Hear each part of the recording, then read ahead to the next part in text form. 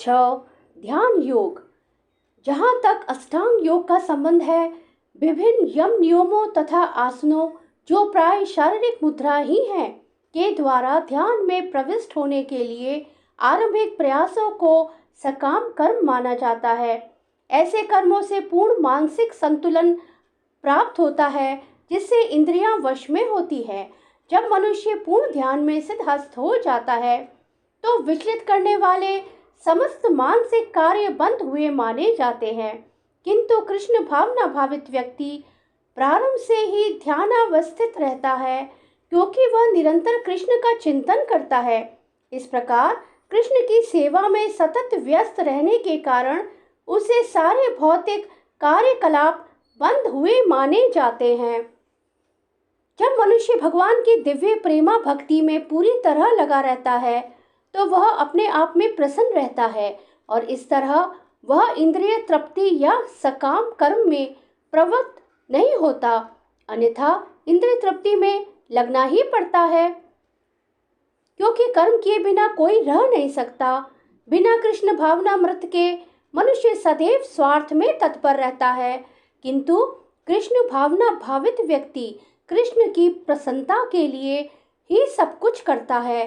फलतः वह इंद्रिय तृप्ति से पूरी तरह विरक्त रहता है।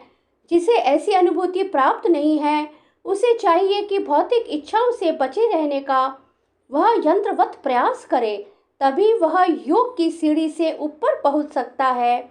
मनुष्य को चाहिए कि अपने मन की सहायता से अपना उद्धार करे और अपने को नीचे ना गिरने दे। यह मन बद्ध जीव का मित्र भी है और शत्रु भी। प्रसंग के अनुसार आत्मा शब्द का अर्थ शरीर, मन तथा आत्मा होता है। योग पद्धति में मन तथा आत्मा का विशेष महत्व है, क्योंकि मन ही योग पद्धति का केंद्र बिंदु है। अतः इस प्रसंग में आत्मा का तात्पर्य मन होता है। योग पद्धति का उद्देश्य मन को रोकना तथा इंद्रिय विषयों के प्रति आसक्ति से उसे हटाना है। यहाँ पर इस बात पर बल दिया गया है कि मन को इस प्रकार प्रशिक्षित किया जाए कि वह बद्ध जीव को अज्ञान के दलदल से निकाल सके। इस जगत में मनुष्य मन तथा इंद्रियों के द्वारा प्रभावित होता है। वास्तव में शुद्ध आत्मा इस संसार में इसलिए फंसा हुआ क्योंकि मन मिथ्या अहंकार में लगकर प्रकृति के ऊपर प्रभुत्व जताना चाहता है। अतः मन को इस प्रकार प्रशिक्षित करना चाहिए कि वह प्रकृति की तड़क भड़क से आकृष्ट न हो और इस तरह बद्ध जीव की रक्षा की जा सके।